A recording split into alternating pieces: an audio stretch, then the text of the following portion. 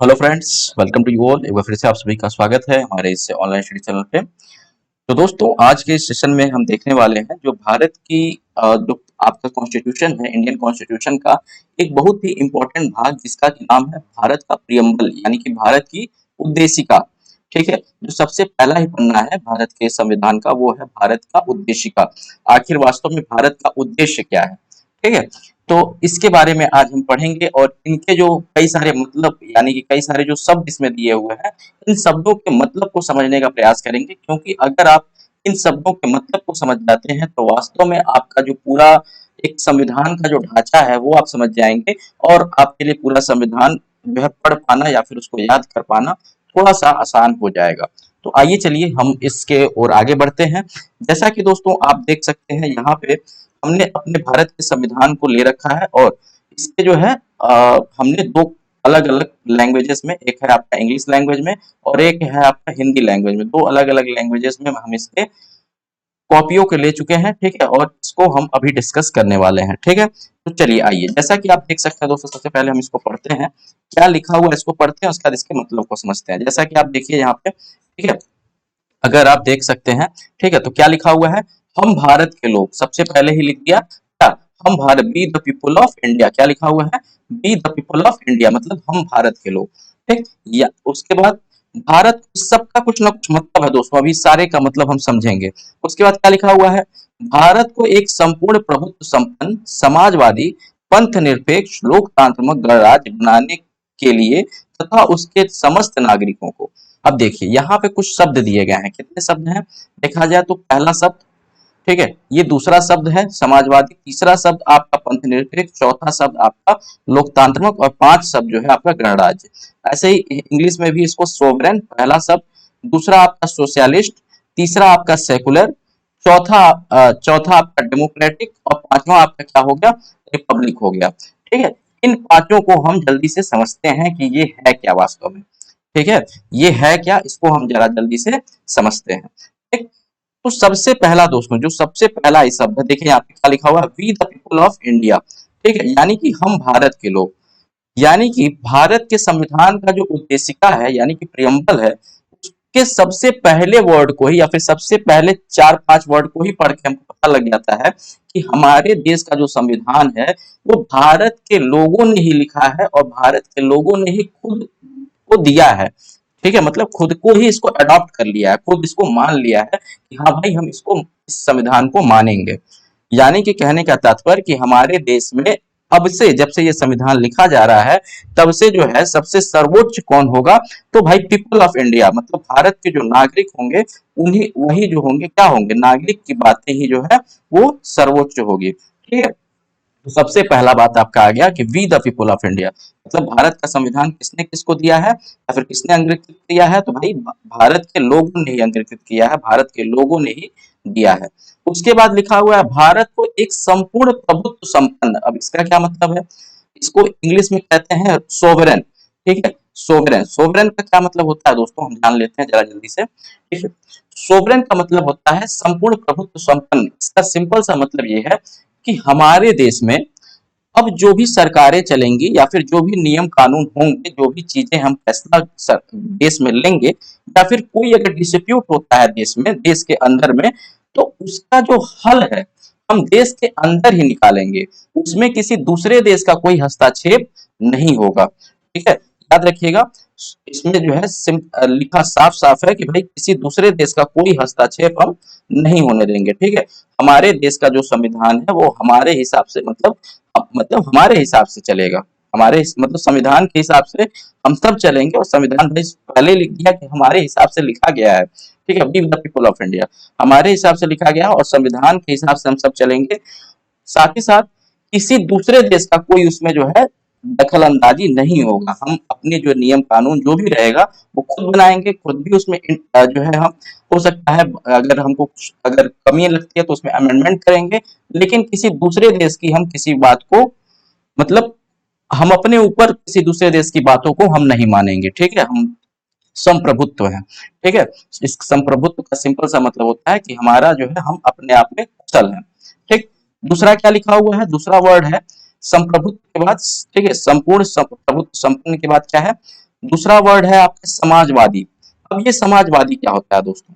जैसा कि आप जानते हैं कि अगर आपने विश्व का इतिहास पढ़ा होगा तो उसमें दो वर्ड देखने के लिए मिलते हैं, एक है समाजवादी और दूसरा है पूंजीवादी। ठीक है, ये दो प्रकार की अर्थव्यवस्था देखने के लिए मिलती है। ठीक है, समाजवादी में कुछ ऐसा था कि भाई सबके लिए, जो भी देश के नागरिक हैं, सबके लिए एक समान टाइप की व्यवस्था की गई थी। देश में जो भी संसाधन होंगे या फिर रिसोर्सेस होंगे, उस पे सभी समाज के सभी तबके के लोगों का, या फिर वो गरीब हो अमीर हो, सबका जो है एक बराबर अधिकार दिया गया। सरकारें जो भी व्यवस्था करेंगी वो सबके लिए एक बराबर रूप से करेंगी। क्लियर? बात समझ में आ रही है? ठीक। तो जो भी चीजें हैं, सड़क है, ऐसा नहीं है कि किसी सड़क पे केवल और केवल एक ही प्रकार के लोग चल सकते हैं, सभी प्रकार के लोग चलेंगे। हाँ, अब इसमें जो है, अब कुछ ऐसे भी जगह है जहाँ पे मतलब सिक्योरिटी के कारण या फिर ऐसा कुछ कारण है जहाँ पे आम आदमी का जाना मना कर दिया जाता है, सेना ही जा सकती है या फिर ऐसा कुछ। तो वो सब एक्सटेम्प्टेड चीजें हैं, बट जो हमारे लिए जो एक जनरल काम किया जाता है उसपे सभी लोग का ऐसा नहीं होगा कि भाई कोई अगर बहुत मतलब कहा जाए पूंजी वाला आदमी है, जिसके पास पैसा है, वही केवल जो है रिसोर्सेस का फायदा उठा सकता है, और जिसके पास पैसा नहीं है वो नहीं उठा सकता, ऐसा नहीं होगा। ठीक है, जैसा कि आप जानते हैं दोस्तों, पहले जो है अमेरिका वगैरह में पूंजीवादी अर्थव्यवस्था थी। कैसी अर्थव्यवस्था थी? पूंजीवादी अर्थव्यवस्था थी। और इस पूंजीवादी अर्थव्यवस्था में क्या था कि ये कहा जाता था, अमेरिका में था, ये ध्यान रखिएगा। ठीक है, अमेरिका में ये पहले पूंजीवादी अर्थव्यवस्था। ठीक है, तो इसमें कहा क्या गया, अभी भी है। ठीक है, तो पूंजीवादी अर्थव्यवस्था में ये था कि भाई जैसे कि जिसके पास पूंजी है, जिसके पास पैसा है, वो क्या है, वो सारे संसाधनों का खुद से जो है वो लाभ उठा लेगा, जिसके पास पैसा है।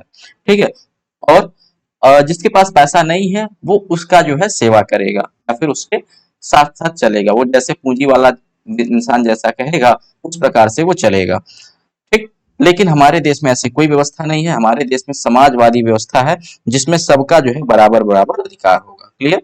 चलिए, दूसरा क्या है दोस्तों? दूसरा हमारा जो वर्ड लिखा हुआ है, दूसरा वर्ड आपका समाजवादी हो गया। तीसरा वर्ड हम देखते हैं, तीसरा वर्ड आपका क्या है? ये है आपका, याद रखिएगा, आपका सेकुलर। ठीक है, तीसरा वर्ड आपका है दोस्तों सेकुलर। अब सेकुलर वर्ड पे बहुत ज्यादा कंफ्यूजन है लोगों को। ठीक है, ये जो सेकुलर वर्ड है, सेकुलर वर्ड पे बहुत ज्यादा लोगों को कंफ्यूजन है दोस्तों। सेकुलर वर्ड का देखिए, यहाँ पे भी अगर आप मीनिंग देखेंगे तो साफ साफ लिखा हुआ है सेकुलर वर्ड की क्या मीनिंग है। देखिए, साफ साफ यहाँ पे लिखा हुआ है, सेकुलर वर्ड की मीनिंग है क्या? पंथ निरपेक्ष, और लोग इसको कहते हैं धर्म निरपेक्ष। ठीक है, धर्म निरपेक्ष हमारा देश नहीं है, हमारा देश पंथ निरपेक्ष है। हमारे देश का पंथ नहीं होगा, लेकिन हमारे देश का धर्म अवश्य होगा। ठीक है, कई लोग कहते हैं कि हम धर्म को नहीं मानते हैं, यहाँ पे थोड़ा सा हम हल्का सा आउट ऑफ टॉपिक जा रहे हैं, बट फिर भी इसको बोलना बड़ा ही जरूरी है। ठीक है, देखिए, कई लोग कहते हैं कि हम धर्म को नहीं मानते हैं, कर्म के सिद्धांत को मानते हैं, ये है वो है, ऐसा वैसा। लेकिन मैं उनसे कहता हूं कि भाई, अगर आप कर्म के सिद्धांत को भी मानते हैं, तो बिना धर्म का सहायता लिए किया गया कोई भी कर्म एक तरह का समाज के लिए कैंसर है। अब आप कहेंगे कि आप कैसे इस चीज को कह रहे हैं? देखिए दोस्तों, धर्म जो है वो आपको, धर्म का मतलब हिंदू मुस्लिम सिख ईसाई वाला नहीं। ठीक है, धर्म का मतलब आपको, धर्म वो चीज है जो आपको सही और गलत में फैसला लेने की जो है शक्ति देता है। ठीक है, सही क्या है गलत क्या है वो आपको बताएगा कौन? आपका धर्म बताएगा। इस समय आपका क्या धर्म है? जैसे मैं पढ़ा रहा हूँ, मेरा धर्म आपको अच्छे से अच्छा पढ़ाना है। ठीक है, आपका धर्म उसको पढ़ना है। ठीक है, तो कहने का तात्पर्य ये हुआ कि धर्मनिरपेक्ष, देखिए अगर इसको हम सिंपल सा समझें, एक हम बहुत ही बड़ी बात बोलने जा रहे हैं। ठीक है, देखिए, कर्म, अगर कोई लोग कहते हैं कि हम कर्म मतलब कर्म हम मानते हैं, कर्म कर्म कर्म अगर लोग कहते हैं, धर्म को नहीं मान रहे, उनके लिए धर्म का डिफिनेशन ही सही नहीं है, वो धर्म को सही से समझे ही नहीं, क्या धर्म क्या है। ठीक है, कर्म तो वो भी है दोस्तों। ठीक है, कर्म तो वो भी है जो हम अपने माँ के साथ करते हैं, और कर्म वो भी है जो हम अपने पत्नी के साथ करते हैं। ठीक, लेकिन हमको कौन सा कर्म पत्नी के साथ करना है और कौन सा कर्म अपने माँ के साथ करना है, इसका जो है आपको कहा जाए कि इसका फैसला कौन कराएगा। ठीक है, इसका आप फैसला कैसे कर सकेंगे, तो वो आपको धर्म बताएगा। ठीक है, कि माँ के साथ आपका क्या कर्म होना चाहिए और आपकी पत्नी के साथ आपका क्या कर्म है, ये इसका फैसला केवल और केवल आप धर्म के ही आधार पर ले सकते हैं। बाकी आपके लिए कोई आधार ऐसा नहीं बना हुआ है। इसी प्रकार से कोई भी कर्म अगर धर्म के विरुद्ध किया जाता है, धर्म के विरुद्ध जाके किया जाता है, तो वो जो है मतलब कर्म कर्म रह ही नहीं जाता है, वो कर्म जो है गलत हो जाता है। ठीक है, मैं सांकेतिक रूप से आप लोगों को बता दिया। आशा करते हैं कि ये बात आपको समझ में आया होगा। भारत एक पंथ निरपेक्ष देश है, ना कि धर्म निरपेक्ष देश है। धर्म सबका होता है और सबसे बड़ा धर्म इंसानियत का धर्म है, जो इंसान जो है एक दूसरे के काम आवे। ठीक है, तो इस बात को आप ध्यान रखिएगा।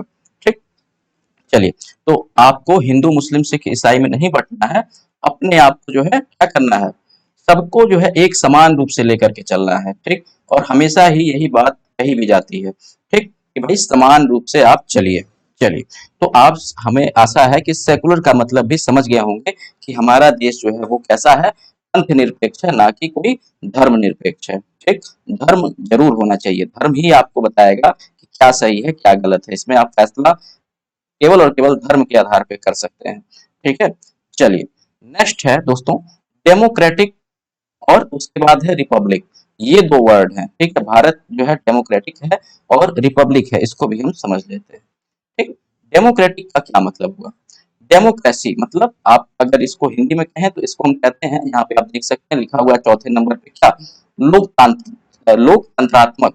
ठीक है, ये लोकतंत्रात्मक का क्या मतलब है, ठीक, लोकतंत्रात्मक का क्या मतलब है इसको आप जान लीजिए। डेमोक्रेसी का सिंपल सा मतलब है दोस्तों, इसको अब्राहम लिंकन द्वारा डेमोक्रेसी को कहा गया है, ठीक है, गवर्नमेंट ऑफ द पीपल और गवर्नमेंट बाय द पीपल। मतलब इसको अब्राहम लिंकन ने कहा है कि गवर्नमेंट ऑफ द पीपल, ठीक है, या फिर गवर्नमेंट बाय द पीपल और गवर्नमेंट ऑफ द पीपल। ठीक है, या फिर गवर्नमेंट फॉर द पीपल और गवर्नमेंट ऑफ द पीपल, ऐसे कुछ कहा गया है।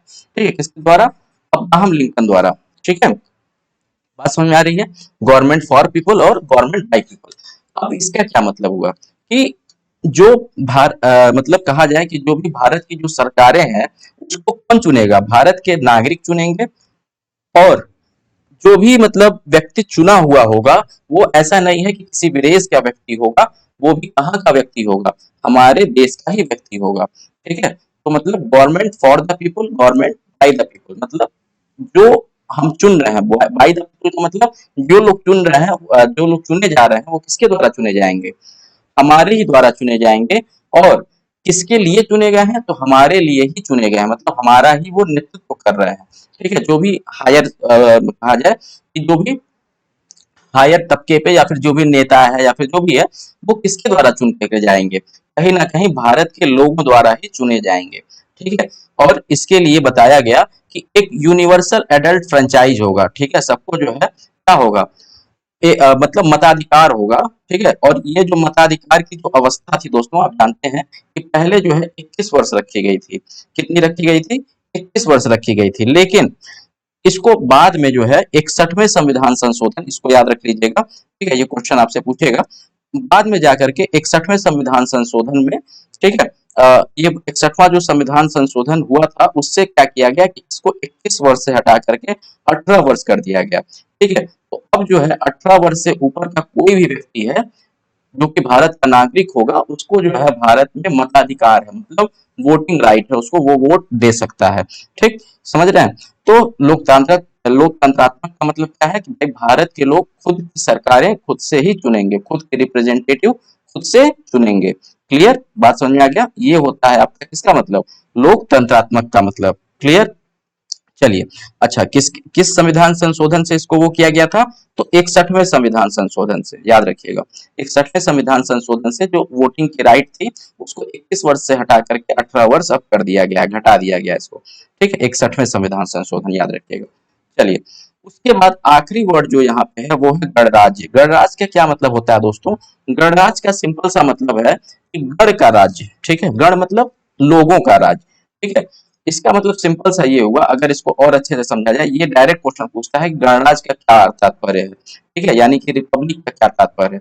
रिपब्लिक का सिंपल सा तात्पर्य है कि भारत के जो भी सबसे ऊंचे पोस्ट हैं, जैसे कि आपके प्रधानमंत्री का पोस्ट हो गया, चाहे प्रेसिडेंट का पोस्ट हो गया, ये सारे पोस्ट जो भी होंगे, जितने भी पोस्ट होंगे, ये सब पोस्ट जो होंगे वो जैसे आपके इनहेरिटेड नहीं होंगे। ठीक है, इनहेरिटेड का मतलब ये होता है कि पीढ़ी दर पीढ़ी इसमें कोई पीढ़ीवादी नहीं, पीढ़ीवादिता नहीं चलेगी, या फिर कोई परिवारवादिता इसमें नहीं चलेगी कि भाई अगर प्राइम मिनिस्टर है या फिर अगर प्रधानमंत्री है तो उसका बेटा भी प्रधानमंत्री बन जाए, ऐसा कोई इसमें परिवारवादिता या फिर इसमें पीढ़ीवादिता नहीं चलेगी, ये बात आप ध्यान रखिएगा। ठीक है, गणराज्य का सिंपल सा मतलब है क्या कि हम लोग मतलब जो भी मतलब सरकारें हैं या फिर जो भी ऊपर तबके के लोग हैं या फिर ये कहा जाए जो भी हमारे रिप्रेजेंटेटिव हैं, उसमें कोई भी पीढ़ीवादिता नहीं चलेगी। ठीक है, बात समझ में आ रही है?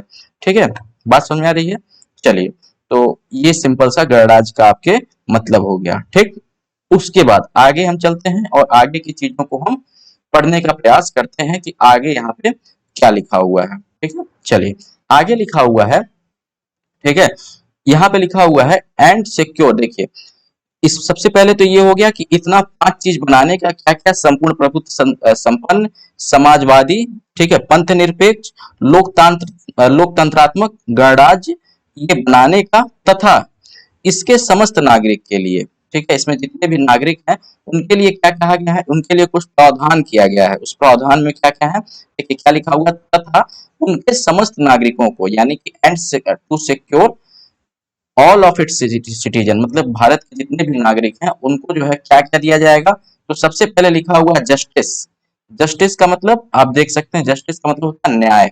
ठीक है, जस्टिस का क्या मतलब होता है दोस्तों, न्याय होता है। ठीक है, अब न्याय की बात करते हैं तो न्याय, देखिए यहाँ पे लिखा हुआ है, यहाँ पे लिखा भी हुआ है कि जस्टिस का मतलब, हाँ, न्याय आपका, देखिए यहाँ पे लिखा हुआ है। ठीक है, न्याय।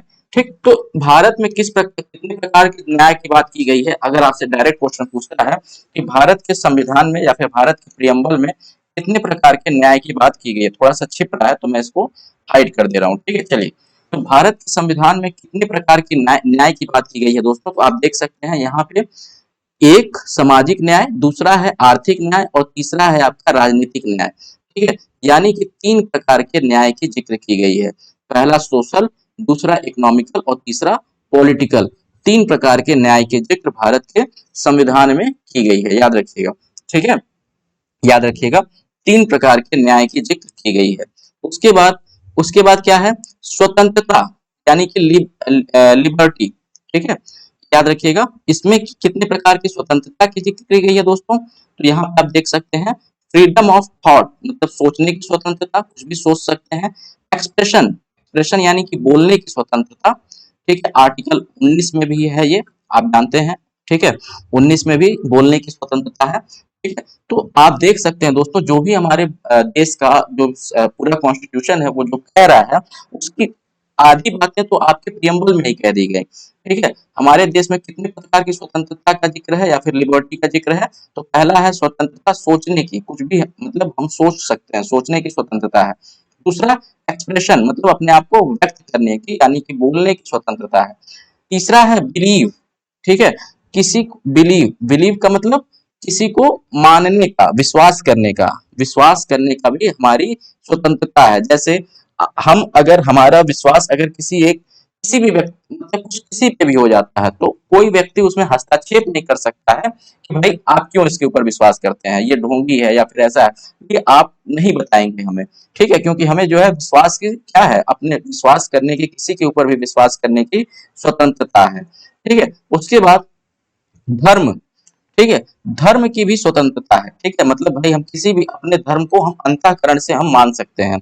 ठीक है, धर्म को अंतःकरण से मानने की भी जो है क्या है, स्वतंत्रता है। उसके साथ साथ क्या है, देखिएगा यहाँ पे, उसके बाद है फेथ एंड वर्शिप। ठीक है, मतलब उपासना की भी स्वतंत्रता है।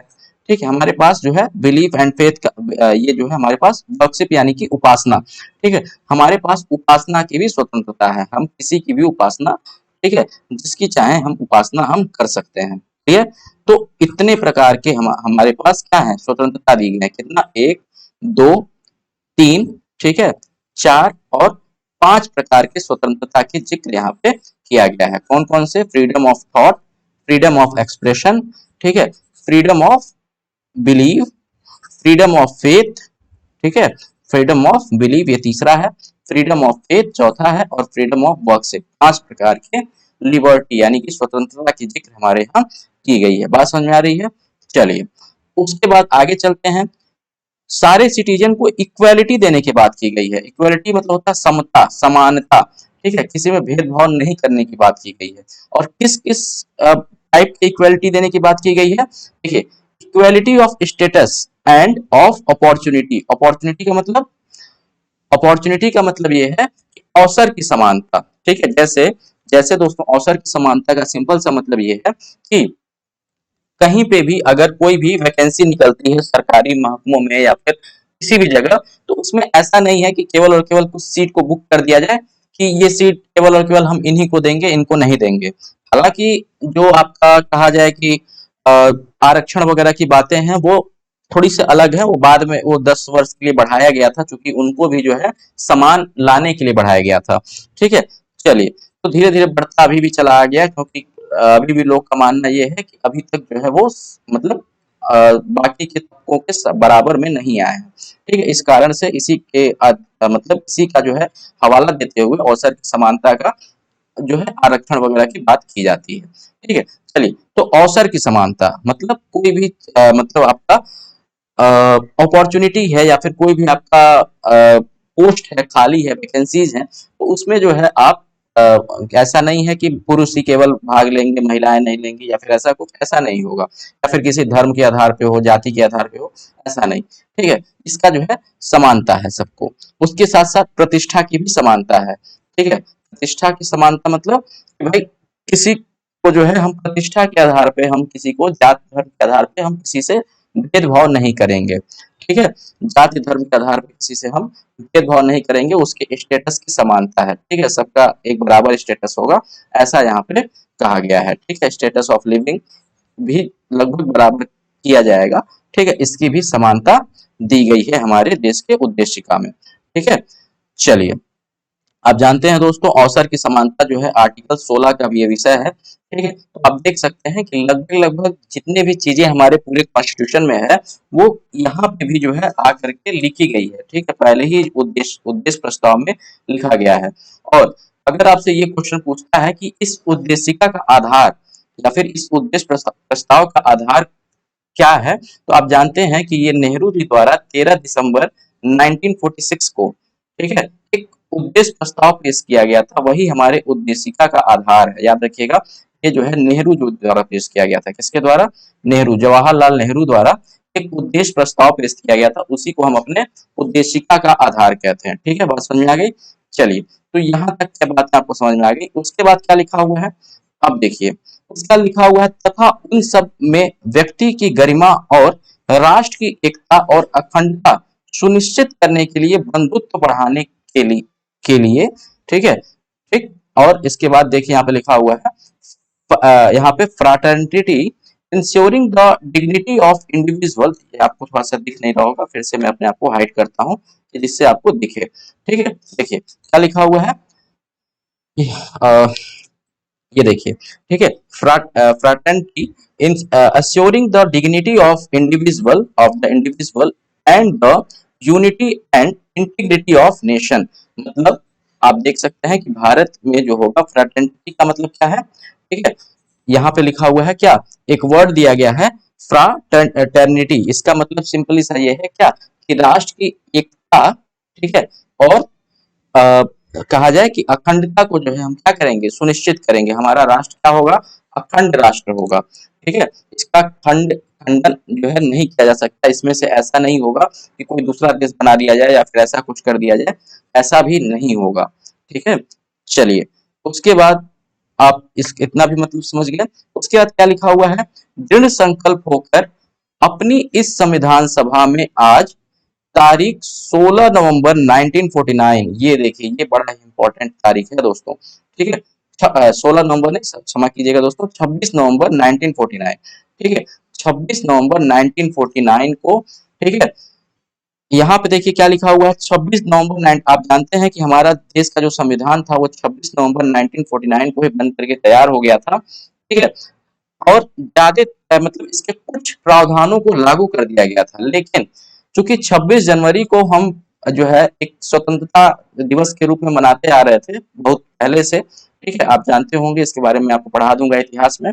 तो चूंकि 26 जनवरी का एक मान रखना था, तो 26 जनवरी का मान रखने के लिए क्या किया गया कि जो हमारे भारत का संविधान था, उसके सारे जो कहा जाए कि सारे उसके प्रावधानों को पूरी तरह से लागू किया गया था 26 जनवरी को। और इस कारण से अब हम जो है 26 जनवरी को गणतंत्र दिवस के रूप में मनाते हैं, यानी कि रिपब्लिक डे के रूप में अब मनाना हम इसको शुरू किए इसके बाद से, ठीक है। क्योंकि आप जानते हैं कि हमारा देश तो अब आजाद हो गया कितने तारीख को, 15 अगस्त को। तो भाई पहले हम आजादी 26 जनवरी को मनाया करते थे, ठीक।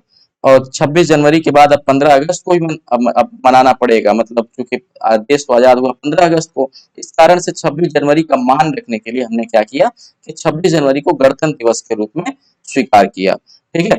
परंतु जो भारत की उद्देशिका है उस पे देखिए डेट क्या लिखा हुआ है, 26 नवंबर 1949 वाला ही डेट लिखा हुआ है, इसको आप याद रखिएगा, ठीक है। इसके साथ साथ लिखा हुआ है मिति मार्गशीर्ष, ठीक है, शुक्ल सप्तमी संवत 2006 विक्रमी, ठीक है।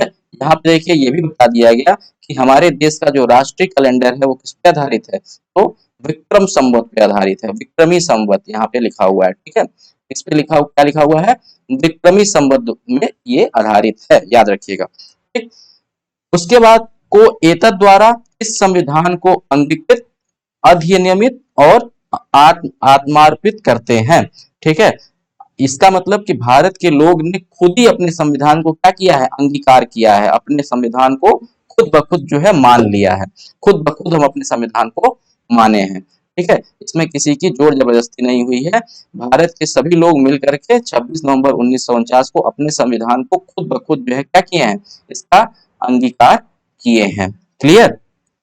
चलिए अब इसमें कुछ और इंपॉर्टेंट पॉइंट्स है जिसको कि हम देख लेते हैं। जैसे हमारे संविधान में दोस्तों याद रखिएगा कि ये जो सोशलिस्ट शब्द है, सोशलिस्ट यानी कि ये वाला जो शब्द है जिसको कि हम समाजवादी शब्द मतलब कहेंगे। आपसे क्वेश्चन पूछेगा कि समाजवादी, ठीक है, साथ ही साथ पंथ निरपेक्ष यानी कि सेकुलर, ठीक, पंथ निरपेक्ष, और एक और वर्ड है जिसको कहा जाता है अखंडता यानी कि फ्राटर्निटी। अखंडता का मतलब होता है जिसका खंडन ना किया जा सके, इसको हिंदी में इंग्लिश में जो है क्या कहते हैं, फ्राटर्निटी कहते हैं, ठीक, अखंडता, ठीक। तो इस अखंडता, ये जो तीनों शब्द हैं आपके पहला शब्द, दूसरा शब्द और तीसरा शब्द, ये तीनों शब्द दोस्तों याद रखिएगा, ये लिया गया है किससे, ठीक है। ये जो है आप याद रखिएगा कि ये पहले हमारे संविधान में नहीं था, इसको बाद में 42वें संविधान संशोधन द्वारा जोड़ा गया है, ठीक है। किस संविधान संशोधन द्वारा जोड़ा गया है, 42वें संविधान संशोधन द्वारा इसको जोड़ा गया है, जो कि कब हुआ था, 42वां संविधान संशोधन कब हुआ था, 1976 में हुआ था, ठीक है। हालांकि प्रियम्बल में जो है हम आपसे क्वेश्चन पूछेगा कि अभी तक उद्देशिका में कितने बार जो है संशोधन हुआ है, तो केवल और केवल एक बार संशोधन हुआ है जिसमें कि ये तीनों शब्द जोड़े गए हैं। कौन कौन से, समाजवादी, पंथ निरपेक्ष और अखंडता, ये तीनों शब्द जो है 42वें संविधान संशोधन 1976 के थ्रू जोड़े गए हैं, याद रखिएगा, ठीक। केवल और केवल एक ही बार अभी तक जो है इसमें क्या हुआ है, अमेंडमेंट हुआ है। अमेंडमेंट का मतलब जो संशोधन हुआ है वो केवल और केवल अभी तक केवल और केवल एक बार हुआ है। क्लियर। चलिए और भी कुछ जान लें हम, और हमारे लिए जानने का क्या विषय है, अच्छा ठीक है। देखिए उसके बाद यहाँ और शब्द हैं, जैसे याद रखिएगा यहाँ पे एक शब्द है, ठीक है, यहाँ पे एक शब्द जैसा कि आपको दिख रहा है वो है लिबर्टी, ठीक है, ये आपका हो गया लिबर्टी। तीसरा शब्द हो गया आपका इक्वालिटी, और ये आपका फ्राटर्निटी, ये भी तीनों शब्द, ठीक है। इसको मैं फिर से जो है, चलिए इसको मैं मार्क कर देता हूँ। चलिए इसको अगर हम तीसरा चौथा शब्द मान लें, हालांकि देखिए तीसरा शब्द आपका यही था, ठीक है, इसको हम चौथा शब्द और पांचवा शब्द, तो तीसरा चौथा और पांचवा शब्द दोस्तों आपसे पूछता है कि कहाँ से लिया गया है, यानी कि लिबर्टी कहाँ से लिया गया है, इक्वालिटी का विचारधारा कहाँ से लिया गया है, और फ्राटर्निटी का विचारधारा कहाँ से लिया गया है। यानी कि अगर हिंदी में पूछे तो स्वतंत्रता, समता और अखंडता का विचार भारत के संविधान में कहाँ से लिया गया है, तो आप याद रखिएगा दोस्तों, ये लिया गया है फ्रेंच रिवॉल्यूशन से, यानी कि फ्रांस की क्रांति से, ठीक है। जो फ्रांस में जो क्रांति हुआ था, ठीक है, रिवॉल्यूशन मतलब होता है क्रांति, ठीक है, तो फ्रांस की क्रांति से, फ्रेंच की क्रांति से जो है ये लिया गया है, याद रखिएगा, ठीक है, फ्रेंच क्रांति से जो है इसको लिया गया है। ठीक है, क्या ये तीनों शब्द कौन कौन से? स्वतंत्रता, समता और अखंडता। क्लियर। चलिए, इसके साथ साथ दोस्तों तीन और शब्द हैं आपके। तीन और शब्द में कौन कौन से आप लेंगे? देखिए, तीन और शब्द आपको लेने हैं। एक है आपका जस्टिस, जस्टिस यानी कि न्याय। ठीक है, अगर इसको हम शब्द नंबर 4-5 हो गया, अगर हम इसको शब्द नंबर 6 मान लेते हैं, ठीक है, जस्टिस को अगर हम शब्द नंबर 6 मान लेते हैं, उसके साथ साथ सोशल, सोशल आप कहाँ देखिए है, ठीक है, सोशल या फिर सोशलिस्ट, ठीक है। चलिए, ये जो सोशलिस्ट शब्द है, ठीक है, इस सोशलिस्ट देखिए हम यहाँ पे लिख देते हैं जस्टिस, ठीक है, दूसरा है सोशलिस्ट, ठीक है, और एक और शब्द है जिसको कि हम कहेंगे इकोनॉमिकल, ठीक है, इकोनॉमिकल, ठीक है, यानी कि आर्थिक। तो ये तीन शब्द कौन कौन से? जस्टिस यानी कि न्याय, समाजवादी और आर्थिक, ये तीनों शब्द किस रिवॉल्यूशन से या फिर किस क्रांति से लिए गए हैं? ठीक है, तो आप इन तीनों शब्द का याद रखिएगा कि ये रशियन रिवॉल्यूशन से लिए गए हैं, यानी कि रसिया की क्रांति से लिए गए हैं। आप जानते हैं कि 1917 में हुई थी रशियन रिवॉल्यूशन। रसिया में जो है क्रांति कब हुई थी? तो 1917 में हुई थी। नहीं, आपसे कहा जाए कि फ्रांस में क्रांति कब हुआ था, तो 1789 के टाइम में हुआ था। कब हुआ था दोस्तों? 1789 के टाइम में हुआ था। क्लियर। तो ये था दोस्तों आपके जो आपका पूरा जो संविधान है, जो संविधान का जो बेसिक स्ट्रक्चर या फिर ये कहा जाए बेसिक उद्देशिका क्या होगी, मतलब संविधान का उद्देश्य क्या होगा। ठीक है, जो संविधान हम बना रहे हैं वो उसका एम क्या है, ठीक है, किस चीज पे वो मतलब किस चीज पे वो फोकस कर रहा है, ठीक है, उस चीज का जो है यहाँ पे पूरा उद्देशिका के रूप में एक छोटा सा समरी के रूप में लिख दिया गया। ठीक है, और उस पूरी समरी को आपने यहाँ पे देखा। ठीक, इतने क्वेश्चन यहाँ से बनते थे। जितने भी क्वेश्चन बने हैं या फिर बन सकते हैं उनको हम आपको यहाँ पे बताने की कोशिश पूरी तरीके से किए हैं। आशा करते हैं दोस्तों कि आपको चीजें समझ में आई होंगी।